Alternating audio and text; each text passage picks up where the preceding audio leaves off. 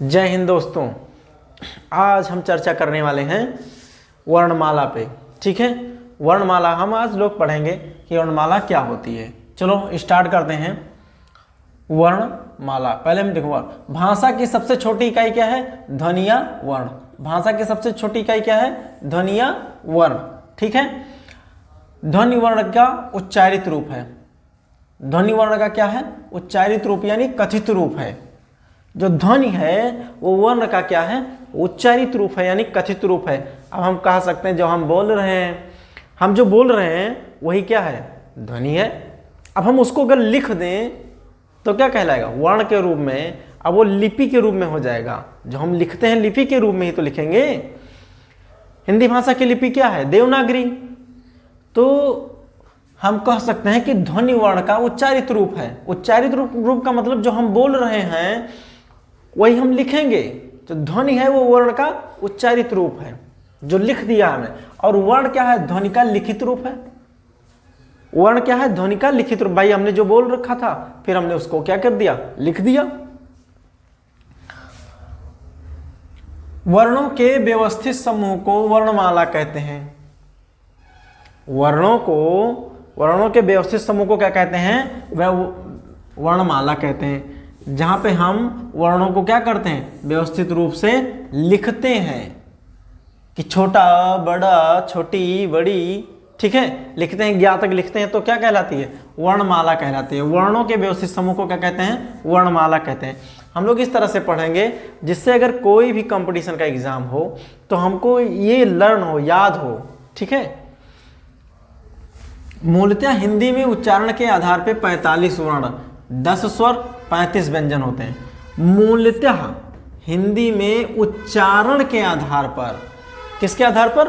उच्चारण के आधार पर कितने वर्ण होते हैं? 45 वर्ण होते हैं। उच्चारण का मतलब जो हम बोलते हैं।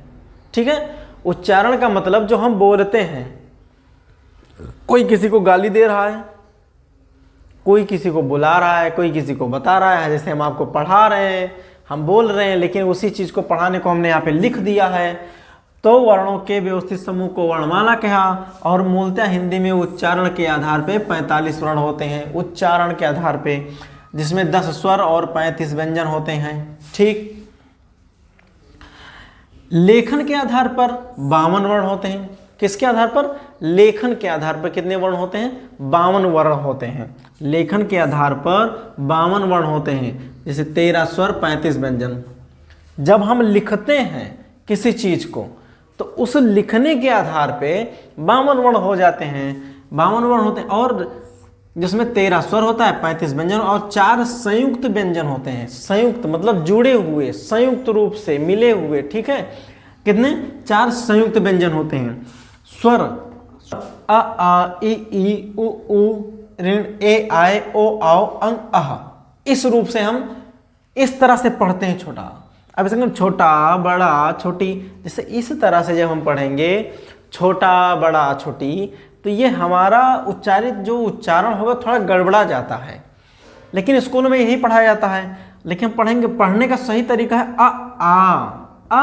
आ ई ई उ ऊ ऋण ए आए ओ आओ अंग अह। ये सही रूप है। ठीक है, पढ़ने का। तो जो अंग और अह है, ये क्या है?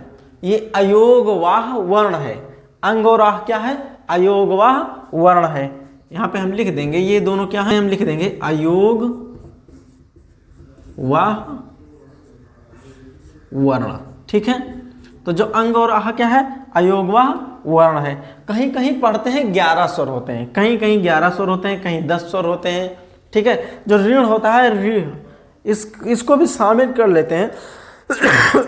तो लूसण की बुक में लिखा हुआ है कि स्वर 10 ही होते हैं। जो ऋण होता है, अंग और आह होता है, इनको हम स्वर से, अगर हम उच्चारण के रूप में तो हम केवल 10 ही पढ़ेंगे, लेकिन लिखने के आधार पे क्या हो जाएंगे? 13 हो जाएंगे। ठीक है, क्योंकि हमेशा कोई ना तो कृषक कहता है, ना तृण मृग, जहाँ पे ऋण की मात्रा का प्रयोग होता है, इसलिए अब उनको हटा दिए हैं। और जो अयोगवाह वर्ण होते हैं, ये कौन कौन है? अंग और आह है। इसे अनुस्वर और विसर्ग भी कहते हैं। क्या कहते हैं? अनुस्वर और विसर्ग, ठीक है, अनुस्वर और विसर्ग भी कहते हैं, ठीक।